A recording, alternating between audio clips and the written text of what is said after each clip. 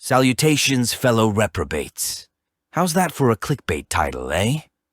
Okay, in all seriousness, as much as I hate the idea of using controversy to stir up extra views, this time it is somewhat unavoidable given the subject matter of choice.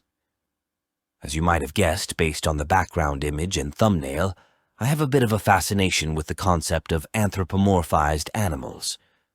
But while most people may brush this sort of thing off as a childish holdover from a socially starved adolescence, I have also been cursed with an insatiable curiosity, which, as you may also have guessed if you've seen my seminal video, has led me to probe deeply into facets of life the civilized world would much rather ardently deny even exist.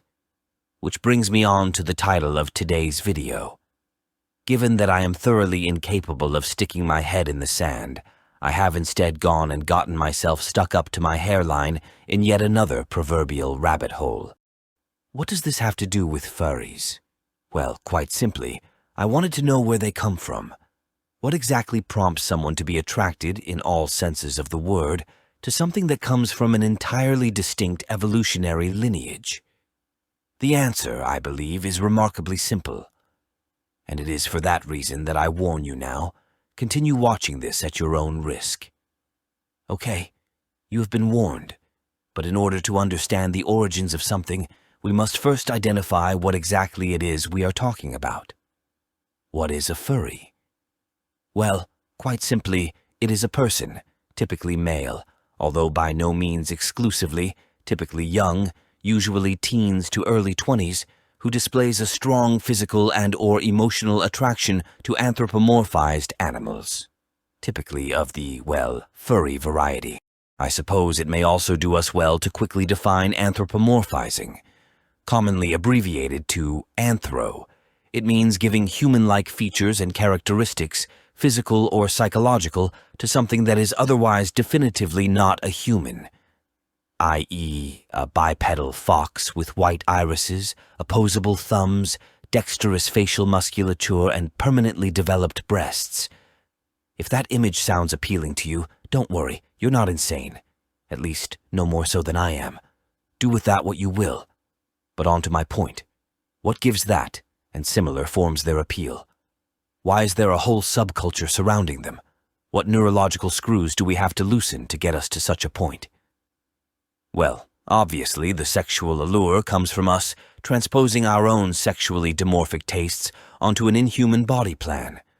Certain features that the human, male mind is hardwired to desire.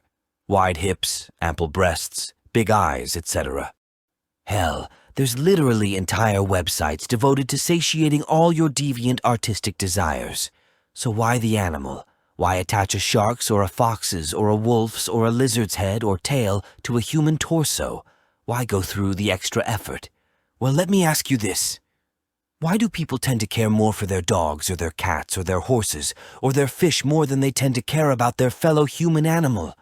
Seriously, answer me that. Why do we care more when an animal dies than we do a human? We can watch John Wick massacre a small city's worth of people, all because one of them stomped his dog to death, and all collectively go, seems fair and reasonable. Or, in many cases, actively cheer him on. Whenever I pose this quandary to people of why they'd rather have a dog than a human partner, I tend to get one of two responses. Either A, the animal is more loyal, or B, the animal does not judge me like humans would. Both of these answers are true, and the implications here are hopefully starting to make this puzzle's pieces start to click into place for you.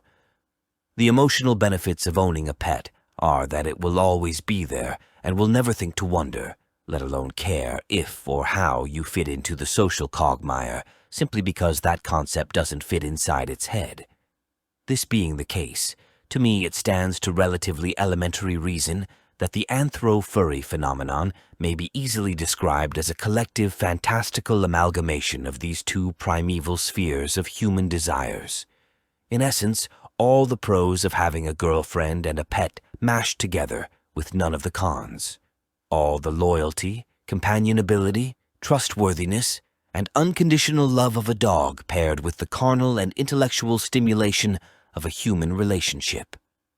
Again, As I say in all my videos, this is just my own personal hypothesis. Feel free to let me know your opinion down below. Whether you think I'm right, or if you think I'm a complete and utter buffoon with bone where his brain should be. Either way, until next time.